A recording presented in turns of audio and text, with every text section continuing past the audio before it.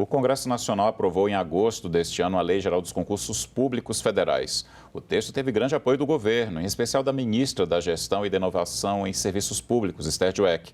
Mas o que muda na prática? Era mesmo necessária uma regulamentação? E como serão afetadas as pessoas que estão se preparando para concursos? Quem vai explicar melhor para a gente é o consultor legislativo do Senado e professor João Trindade.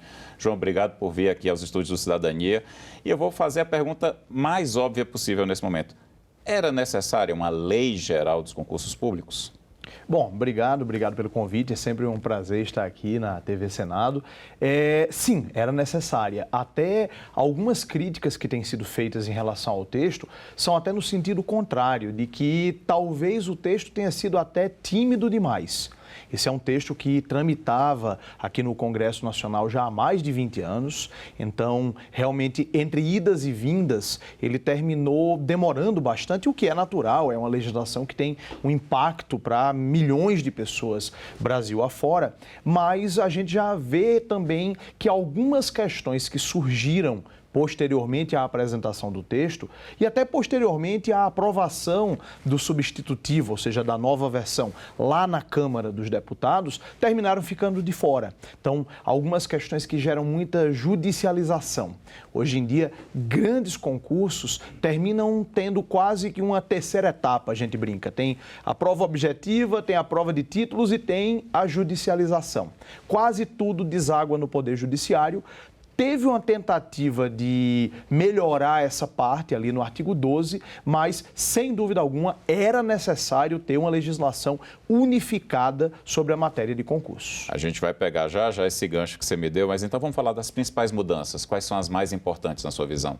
Em primeiro lugar, uma questão que não pode ser esquecida, que é a gente ter uma lei geral de concursos públicos. Só isso já é uma novidade muito importante. Por quê? Até hoje, a gente tinha uma legislação que era o quê? Esparsa, espalhada. Então, cada ente federativo, a União, os estados, os municípios, fazia a sua lei própria e mesmo na esfera federal, mesmo nos concursos federais, você tinha algumas regras de concurso espalhadas em várias leis. No Estatuto dos Servidores, na Lei de Processo Administrativo e agora você tem uma lei geral de concursos, uma lei que vai trazer, digamos assim, o começo, meio e fim. Em vez de, fazendo uma metáfora aqui, em vez de você ter que pegar um pedaço da receita do bolo em cada site, em cada lugar diferente, você agora tem um lugar em que vai ter o começo, meio e fim da regra de concurso público. Essa mudança já é muito importante. E ela traz também, juntamente com ela, uma outra mudança que é a gente ter uma lei nacional de concursos públicos. Ou seja, não é uma lei que vale só para o nível federal, só para os concursos federais. Ela também é aplicável aos concursos de estado, aos concursos de município, aos concursos do Distrito Federal, que era uma demanda muito grande, porque na esfera dos concursos federais, a gente já tem uma coisa mais ou menos estável. Já tem uma certa experiência em fazer concurso, então não tem muita, digamos assim, variedade, não tem muita novidade. Agora, por exemplo, em município, tem município que abre um concurso uma vez a cada 10 anos. Então, às vezes, até as pessoas que fizeram, que elaboraram ou que foram da comissão organizadora do concurso 10 anos atrás, nem estão mais na prefeitura. Então, a gente ter uma lei que vai trazer as regras nacionais de concursos públicos é uma coisa boa, é uma coisa que traz uniformidade, que deixa mais previsível a regra de concurso. E também a gente tem algumas temáticas que já vinham da jurisprudência do Supremo Tribunal Federal.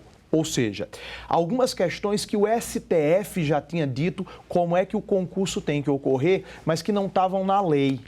Não estavam escritas numa lei. Então, a pessoa tinha que buscar, o Supremo decidiu no tema 376 da repercussão geral. Não é todo mundo que está elaborando um concurso público num estado, num município, que vai ter todo esse conhecimento já sistematizado. Agora a lei coloca por escrito como é que vai ser prova oral, como é que vai ser prova discursiva, como é que vai ser curso de formação, quando é que se tem que lançar um novo concurso. Essa, aliás, é outra mudança. Tem muita briga, muita disputa, até hoje acontecendo, entre os concursados aprovados num concurso e as pessoas que estão pressionando para que haja um novo certame, um novo concurso. Aí fica aquela briga, olha, eu estou aqui, estou no cadastro de reserva, ou seja, estou torcendo para que chamem mais gente. Na expectativa de ser nomeado, Na expectativa de ser nomeado, fazendo figa, torcendo. Já outras pessoas que não fizeram o meu concurso, às vezes de 3 anos atrás, já querem não, lança um novo concurso.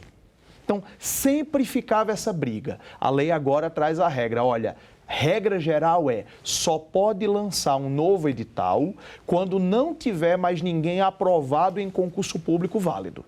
A única escapatória, vamos dizer assim, para você lançar um novo edital, tendo um edital de concurso válido com pessoas ainda não nomeadas, é se o próprio gestor público, o próprio administrador, ele comprovar que aquela quantidade de pessoas que está aprovada não vai ser suficiente. Então ele diz, esse pessoal aqui eu vou nomear todo mundo e ainda vai sobrar vaga. Então tudo bem, então pode lançar um novo edital, pode já publicar um novo edital de concurso. A nova lei, ela traz, então, mais segurança e previsibilidade. Você mostrou aí vários casos. Mas, assim, você também, já no início dessa entrevista, deixou claro que tem coisa que poderia ter sido acrescentada já nela. O que você sente mais falta? Que pontos poderiam estar presentes já nesse texto que o Congresso aprovou? Olha, uma questão que realmente faz bastante falta, eu acho que é a necessidade de as bancas elaboradoras do concurso justificarem o gabarito. A gente vivencia muito a situação de que a banca elaboradora dá como resposta uma alternativa que não é a alternativa mais adequada ou que tinha outra resposta que também era cabível. Então você diz, não, mas por que colocou aqui letra B se a letra C também é possível? Qual a justificativa que usaram?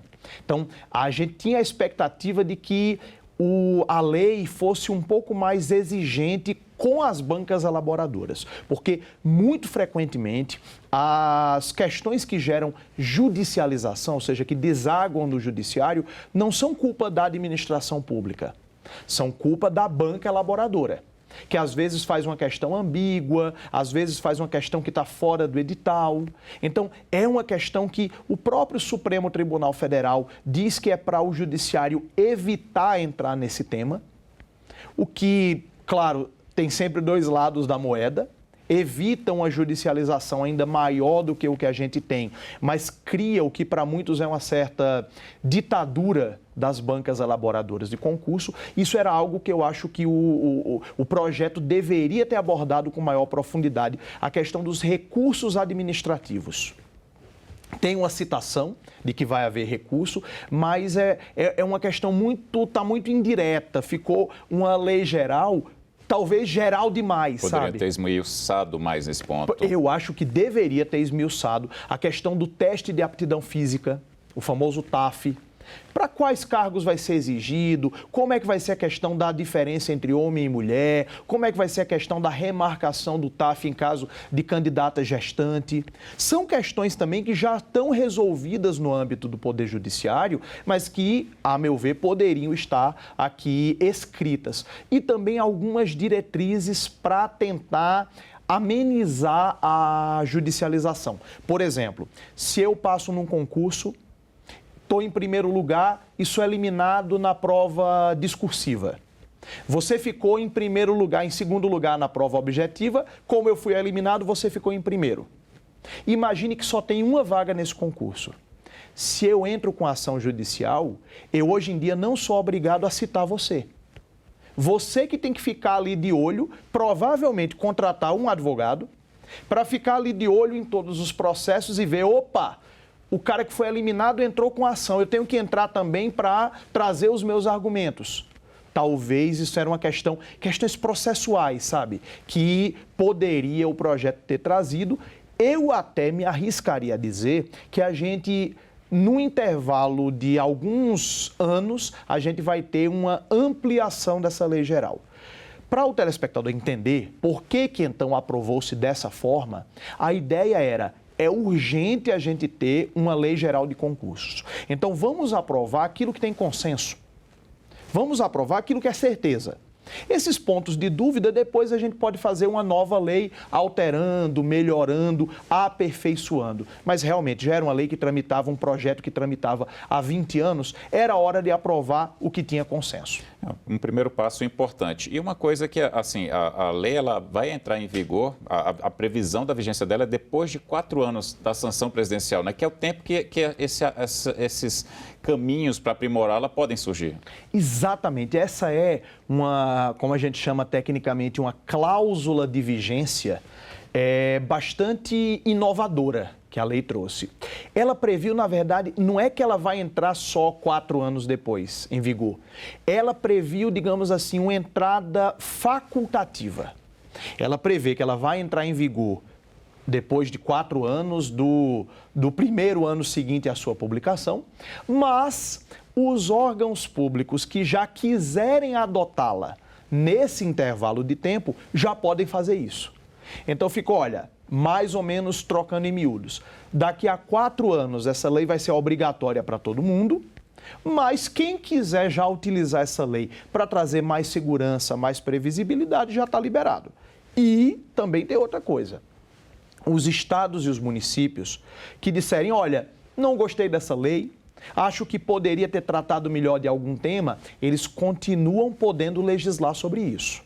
Tá expresso na lei que isso não exclui a competência dos estados e municípios para fazerem leis próprias. Então, por exemplo, tem muita lei estadual, municipal e até federal mesmo que trata de política de cotas. Cota social, cota racial, cota para a escola pública. Essas leis continuam valendo. Por isso que é importante fazer, como você chamou, uma lei geral dos concursos públicos. Quer dizer, cada nível federativo, União, estados e municípios, pode continuar editando as suas leis próprias, só que eu vou ter agora essa âncora principal, que é a legislação nacional sobre o tema. Alguns concursos, eles não vão passar necessariamente pela lei, né? Para magistratura, Ministério Público, para algumas empresas públicas. Por quê?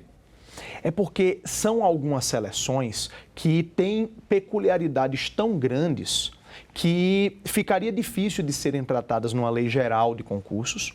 Inclusive, a própria lei diz que eles não têm obrigação de seguir as regras dela, mas claro que aqueles órgãos que queiram aderir a isso vão poder.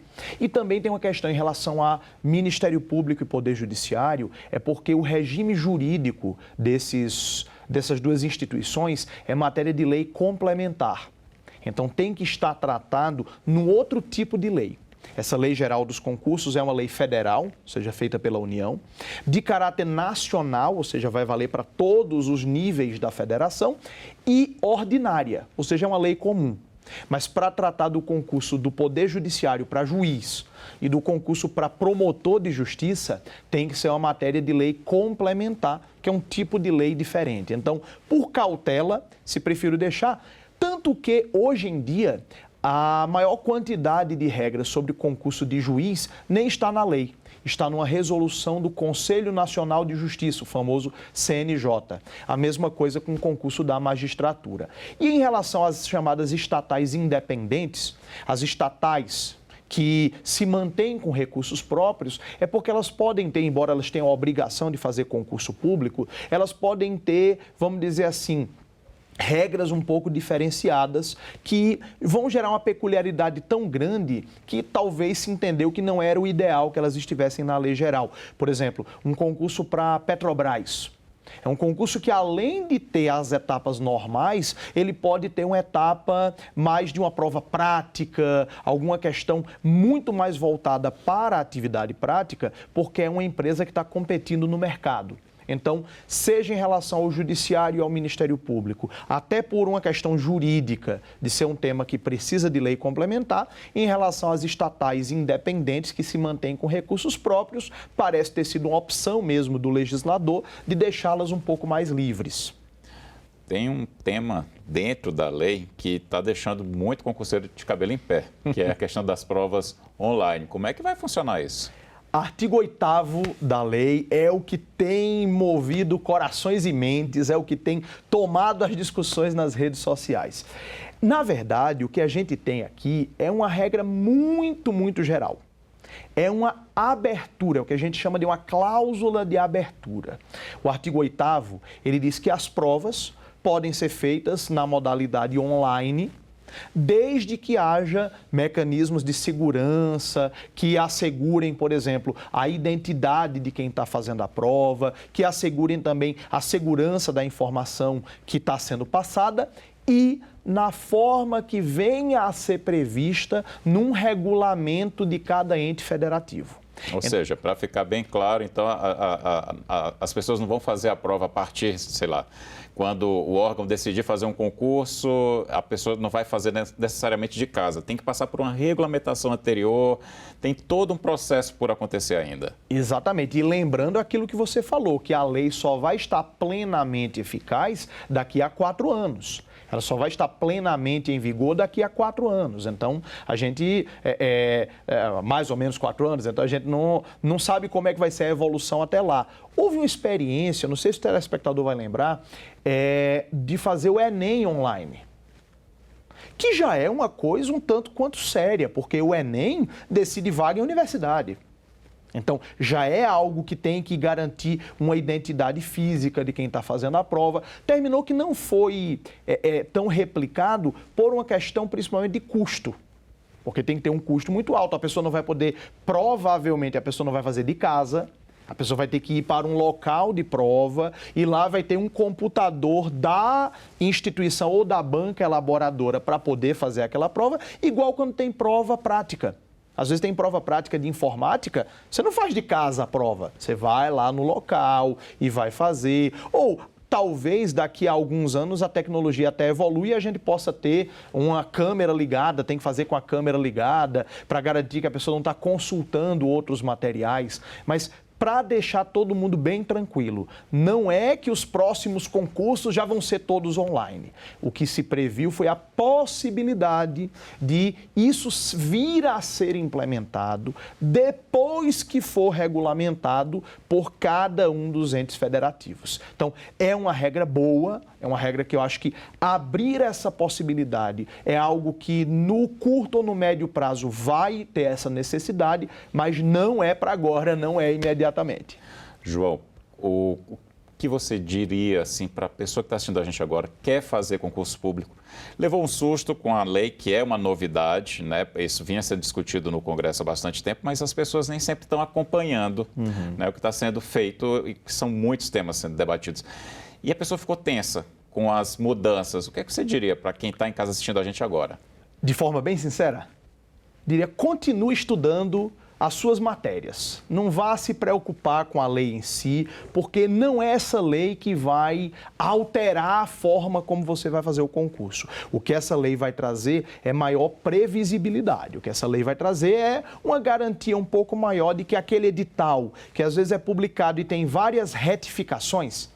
Todo concursando já viu esse filme. Publica o edital e tem uma retificação. Aí tem, às vezes, por exemplo, situação em que a pessoa vai ter várias etapas. Tem banca que não divulga quando é que vai ter a questão da isenção da taxa de inscrição. Agora a gente já tem o passo a passo muito bem delimitado. Mas o candidato que vai fazer um concurso tem que continuar olhando o seu edital. Pega o seu edital. O edital, o pessoal fala muito, é uma frase que eu até nem gosto tanto, que o edital é a lei do concurso. Não, o edital não é lei. A lei do concurso é a lei do concurso. Aliás, a gente está falando exatamente dela agora, né? Exatamente. Essa é a lei do concurso. Mas o que o pessoal fala, querendo dizer que o edital é a lei do concurso, é dizendo, olha, dentro da legalidade, quem vai definir como vai ser o concurso é o edital. É o primeiro item que todo concursando tem que estudar, exatamente o seu edital. Mas na vida prática de quem está se preparando para concurso público, não vai ter assim algo que tenha que mudar na sua preparação em virtude da nova lei. Eu diria que até 90% do que está nessa lei, a gente está só explicitando o que já eram as melhores práticas em matéria de concurso público. Entende? O que já era decisão do Supremo Tribunal Federal, do Superior Tribunal de Justiça, o que já estava em várias leis esparsas, que estava em lei federal, mas não era seguido nos municípios. Então, o que a gente está fazendo agora é quase que uma consolidação. Para quem está estudando, continua se preocupando com português, com informática, raciocínio lógico, direito constitucional. A lei vem para trazer um pouquinho menos de insegurança jurídica. E aproveitando, só para isso ficar bem claro, como você falou, vamos pensar o cenário sem essa lei que está consolidando todas essas boas práticas. Imagina um concurso sem isso. Vamos falar as situações, as hipotéticas situações de risco, por exemplo, e que prejudicariam exatamente a vida dos candidatos.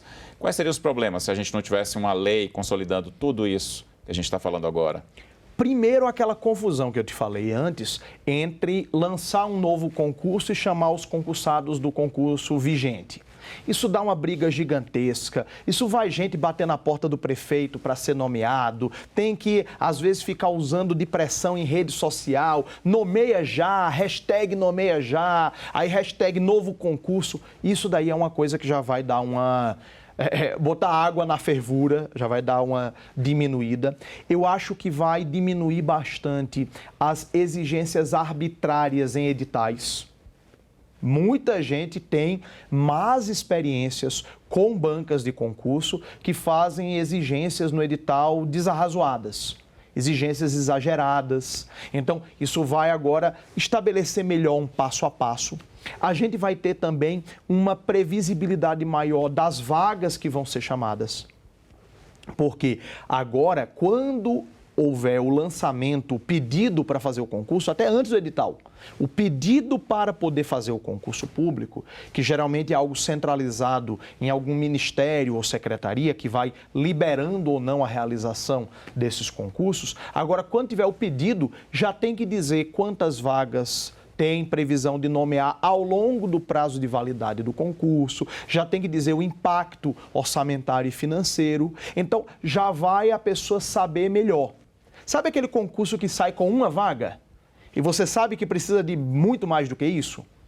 Agora a gente vai ter um pouco mais de previsibilidade de você fazer, olha, lançar esse concurso aqui, mas pelo ato administrativo que pediu aqui, pelo menos 20 eu acho que eles vão nomear. Isso vai dar um pouco mais de previsibilidade. E também, nas etapas seguintes, uma coisa que dá muito problema em determinado tipo de concurso, concurso de carreira policial, concursos para agências reguladoras, às vezes, que é a questão do curso de formação. Tem para todos os gostos, sabe? Tem concurso em que o curso de formação é uma etapa do concurso. Tem cargos em que o curso de formação acontece quando a pessoa já tomou posse. Agora a lei está trazendo regras básicas também para a questão do curso de formação. Então, vai trazer um pouquinho mais de previsibilidade. Outra coisa também importante é no conteúdo da cobrança da prova. Agora está mais claro que pode ter a cobrança de conhecimentos, habilidades e competências. O conhecimento é o que a pessoa sabe mesmo. O artigo 5º da Constituição fala de quê? Isso é um conhecimento. A habilidade é a sua capacidade de desenvolver a atividade prática do cargo. Então, um médico, vamos lá, diagnostica esse caso clínico aqui. Isso está analisando não só conhecimento, mas está analisando também a habilidade. Tem gente que tem conhecimento, mas ainda precisa de mais habilidade.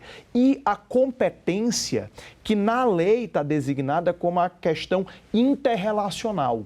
Ou seja, como é que você trabalha em equipe, como é que você vai se integrar na cultura do seu órgão, etc.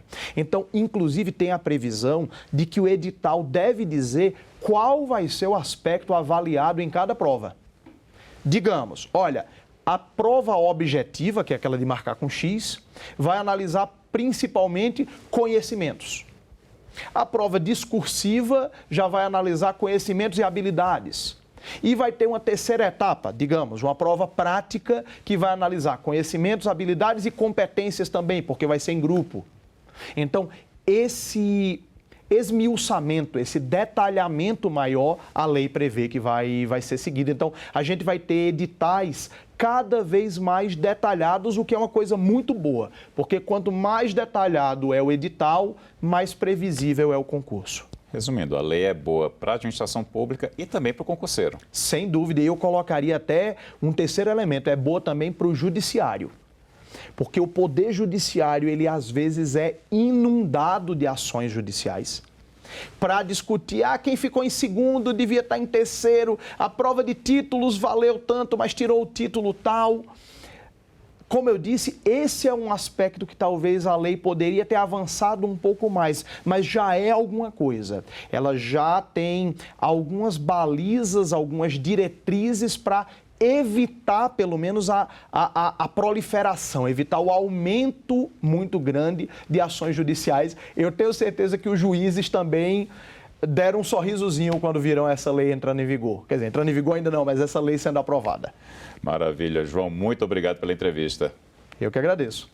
E obrigado a você pela audiência. Esta entrevista já está disponível para você rever ou compartilhar em nossa página na internet, senado.leg.br/TV e também em nosso canal no YouTube. Obrigado pela companhia. A gente se vê na próxima edição do programa Cidadania.